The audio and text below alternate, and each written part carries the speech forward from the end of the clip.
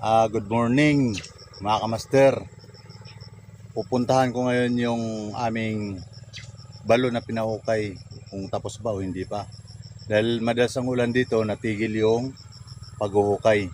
So ngayon, tingnan ko kung ano ba nangyayari, kasi nilagyan nila ng hollow block para hindi ma-wash out ang lupa.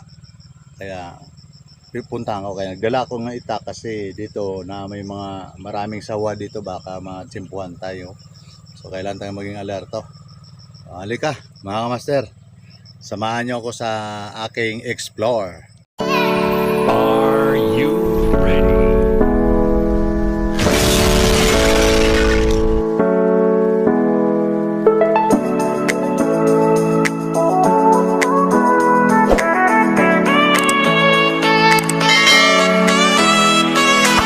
Natin yung balon. So ito yung lumang balon na dati pinakita ko sa inyo sa video, pero medyo maalat ang tubig dito. Kaya nagpagawa kami ng bago. Kasama to aking biyanano. Matanda ba? So direksyon na tayo dito mga master. Ito yung mabakanting lote. Maganda magpalipad dito ng drone, oh. Ayan. Ayan. Kami nagdadaro dos pala yan, oh. Ayan, oh. Sa uncle, ang iba dyan. So dito na tayo papunta sa balon. Medyo malayo dito sa amin mga kamaster, pero ang gagawin ko, maglinya ako ng hose, pipe hose, yung black. Ewan ko kung magkano kaya dito yun sa Bohol, pero sikapin namin na mabili yun at lagyan na lang ng pump doon para mahigop. So ito na yung balon na pinahukay ko. Ayan.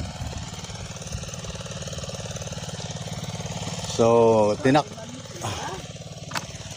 tinakpan natin ng yan. So tingnan natin to mga kamaster, ha. Yan.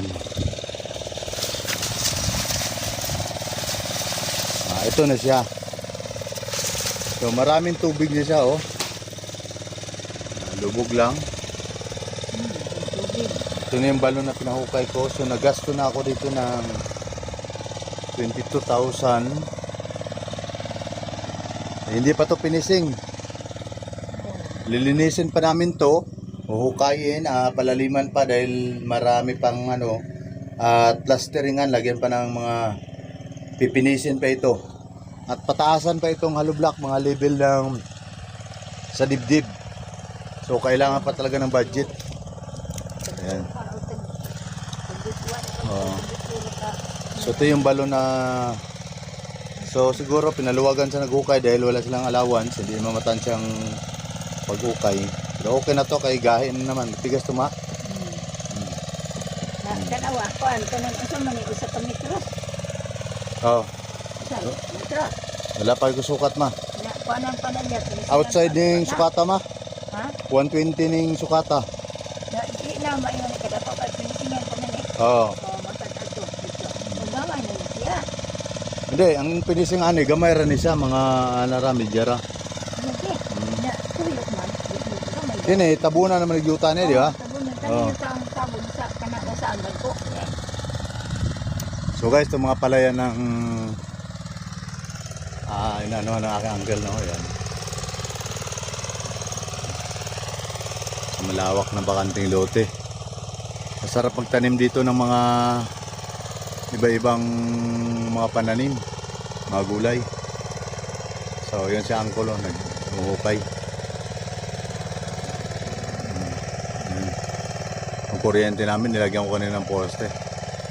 Ayan, may nag-impactor para sa pagtatanim ng palay. Ayan. So dito ko pa dadaanin yung ating hose para hindi siya masyado, ang gravity niya mas mabilis. Diretso yun guys, para hindi maabot sa baha. Okay. So yan lang guys. Tabayan nyo na lang ang ating mga video.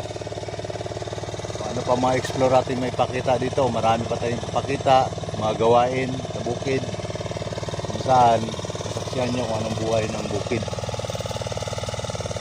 Tay, shoutout mo dyan sa ating mga subscriber, sa ating mga kababayan dyan, mga kamaster. Pagpalain kayo sa araw na ito. Naway pagpalain tayo lahat. God bless!